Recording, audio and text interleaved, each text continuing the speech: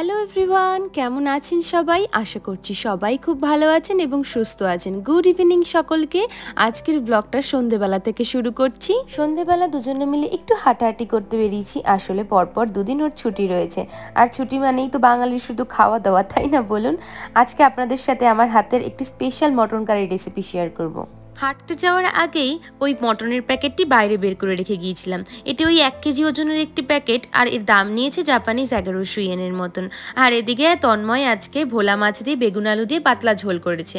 যাই হোক, কড়াইটা বসিয়ে আগে তেলটা গরম করে নিই, একটু পেঁয়াজ ভেজে বেরেস্তা করে রাখবো। পেঁয়াজটা এদিকে ভাজা হতে থাকুক, আর চলুন এবার মাংসটা ভালো করে ম্যারিনেট করে নিই। পরপর দুদিন ছুটি ও অতি সহজে পায় না, তাই যখন পেয়েছে তাই ভেবেছি যে আজ রাত্রেবেলা রান্নাটা সেরে রাখবো, যাতে কালকে দুজনে মিলে একটু ভালোভাবে সময় কাটাতে পারি। আর তাছাড়াও কালকে ভেবেছি একটু ব্যালকনির বাগানটা ভালো করে পরিষ্কার করব। যাই হোক, এর মধ্যে ওই 2.5 চামচ মতন টক দই দিয়ে দিলাম, আর এদিকে আদা রসুন, ওই পাকা লঙ্কা, জিরে, তারপরে আপনার পেঁয়াজ, এগুলো দিয়ে আর টমেটো দিয়ে একটা পেস্ট তৈরি করে রেখেছিলাম, সেটা দিয়ে দিলাম। আর দিয়ে দিলাম একটু সর্ষের তেল, লঙ্কার গুঁড়ো আর হলুদ গুঁড়ো, আর এবার নুন দিয়ে এটাকে ভালো করে একটু মেখে রেখে দেবো। যদি আপনারা চান তাহলে 1 কিংবা 2 ঘন্টা আগে ম্যারিনেট করে রেখেও দিতে পারেন, তবে আমি ওই যখন মেখেছি তখনই রান্নাটা সেরে ফেলেছি। এই তো, এবার এটা মেখে রেখে দিই, আর ওদিকে দেখি বেরেস্তাটা কত দূর হলো। হয়েই এসেছে প্রায়, চলুন এবার এটাকে উঠিয়ে নিই। ভালো করে সুন্দর করে ঘুরতে যেতে চাই, খাবার খেতে চাই। শুনলেন তো? আমি জানতাম, সেই কারণেই আজ তাড়াতাড়ি করে রান্নাবান্না সেরে রাখছি, যাতে কালকে তাকে সময় দিতে পারি।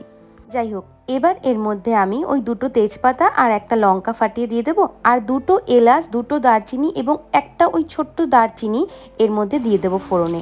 গোটা জিরে আর একটু চিনি দিয়ে দেবো, যাতে রঙটা ভালো মতন ধরে, কারণ আমি এছাড়া শুকনো লঙ্কা শুধু ফোড়নে ছাড়া আর কিন্তু শুকনো লঙ্কার ব্যবহার করছি না, বা আমার কাছে কোনো কাশ্মীরি লঙ্কার গুঁড়োও নেই। যাই হোক, এবার দিয়ে দেবো পেঁয়াজ কুচি।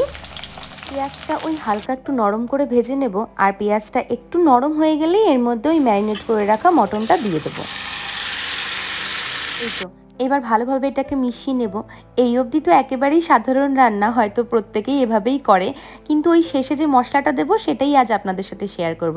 যাই হোক, এখন এর ওপর দিয়ে ওই 2টো টমেটো ছিঁড়ে এর ওপর দিয়ে দিলাম, আর এবার আবার ভালোভাবে মিশিয়ে নেব। এইভাবেই না ওই 2 মিনিট 3 মিনিট মতন নাড়াচাড়া করার পরে এটাকে ভালোভাবে ঢেকে দেবেন। আর তারপর ওই ঢাকা অবস্থায় 20 মিনিট রাখার পরে খুলে দেখবেন ঠিক জলটা শুকিয়ে এরকম অবস্থা হয়ে এসছে। তখন ভালোভাবে এটাকে আরও 20 মিনিট ধরে এরকম খোলা অবস্থায় কষাবেন। 20 মিনিট পর এতে আমি একটা গোটা রসুন অ্যাড করে দেব। কে কে মাংসতে গোটা রসুন খেতে পছন্দ করেন বলবেন, কিন্তু আমার বর তো খুব পছন্দ করে। যাই হোক, এইভাবে আরও 20 মিনিট কষিয়ে নেওয়ার পরে এবার আমি ওই মশলা মাখা বাটিটার মধ্যে একটু গরম জল নিয়ে এই কষানো মাংসের মধ্যে দিয়ে দেব, আর তারপরে এটাকে ঢেকে আমি ওই 40 মিনিট মতন একেবারে ওই নিভো নিভো আছে এটাকে 40 মিনিট মতন ঢেকে রেখে দেব।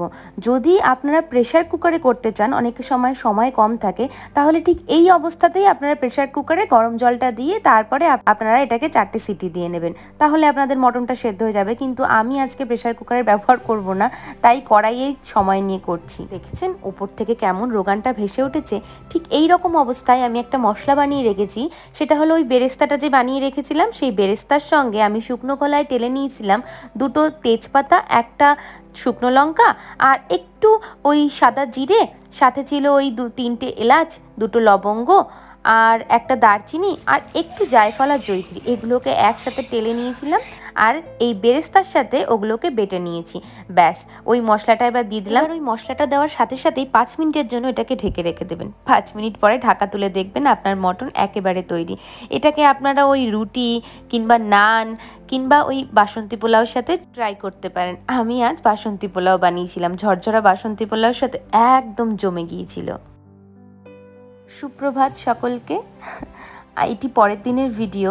আপনাদের তো আগের দিন বলেইছিলাম যে ওর পরপর 2 দিন ছুটি আছে, তাই সকাল সকাল বেরিয়ে পড়েছি। আজ ভেবেছি বাইরেই ব্রেকফাস্টটা সেরে নেব। চলে এসেছি বাড়ির কাছেরই একটি ওই নেপালি রেস্টুরেন্টে। আজ দুজনে মিলে মনস্থির করে এসেছি যে এখানে সকাল সকাল ছোলে ভাটুরে আর নাকি খুব ভালো ধোসা পাওয়া যায়, জানেন তো? তো সেটাই দুজনে মিলে নেব। ও মা, ফুচকার দাম দেখলেন? 8 পিস ফুচকা নাকি 680 ইয়েন, মানে ওই ইন্ডিয়ান 350-এর মতন। যাই হোক, এখানে জানেন তো অনেক ধরনের ইন্ডিয়ান মেনু পাওয়া যায়। একদিন আমরা বিরিয়ানিও খেয়েছিলাম, আমাদের ওই এক দাদার জন্মদিন ছিল, সেই দীপদা আমাদেরকে ট্রিট দিয়েছিল। ভাটুরেগুলো চিপসে রয়েছে দেখে প্রথমে ভক্তি না হলেও পরে খেয়ে দেখি এর স্বাদ ছিল অপূর্ব, জানেন তো। আর এই ছোলে মশলাটাও কিন্তু দারুণ ছিল। আর সকালের জলখাবার বলে কথা, 2 কাপ গরম দুধ চা না হলে হয় বলুন। আর জানেন তো ধোসাটাও ভালো ছিল। তবে আমাদের ওখানকার ওই কাঁচরাপাড়ার স্টেশনের ওপরের ধোসা স্টলের ধোসা কিন্তু অসাধারণ খেতে। যারা যারা খেয়েছেন তারা এর স্বাদ জানে। ইন্ডিয়ান খাবার দাবার পাওয়া গেলেও এই রেস্টুরেন্টে কিন্তু জাপানিজদেরও ভালো ভিড় রয়েছে, জানেন তো। ও মা, বাইরে ভালো মেঘ হয়েছে, চলুন ঝটপট বাড়ির দিকে যাওয়া যাক। কেন বলুন তো, মাঝে আবার একটা দোকান থেকে আমাদের ওই সবজিগুলোর জন্য একটু মাটি কিনে নিয়ে যাব।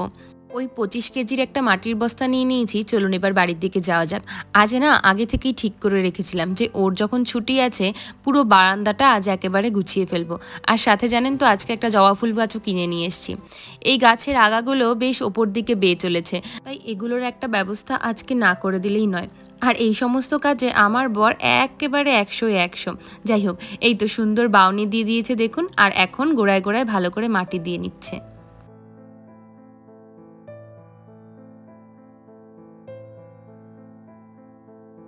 তো চলুন, এখন ওই দুপুর গড়িয়ে বিকেল হতে চললো, আর আমাদের এখনও দুপুরের খাওয়া দাওয়া হয়নি।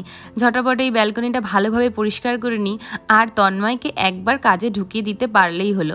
তারপর ও নিজে নিজেই খুঁজে সুন্দর করে পরিষ্কার করে দেয়। ভাগ্যিস সকালের জলখাবারটা একটু ভারী হয়েছিল, না হলে আমাদের দুজনের আজ কপালে কষ্ট ছিল। চলুন তবে এবার দুপুরে থালাটা সাজিয়ে নিই। ওই তো ঝরঝরে বাসন্তী পোলাও, সাদা ভাত, মটন কষা, আর ওই যে ভোলা মাছের ঝোল, আর সাথে একটু স্যালাড গুছিয়ে নিলাম। কেমন লাগছে আজ আমাদের দুপুরের মেনুটা? তবে আজকের ব্লগটা তাহলে এই পর্যন্তই রাখছি।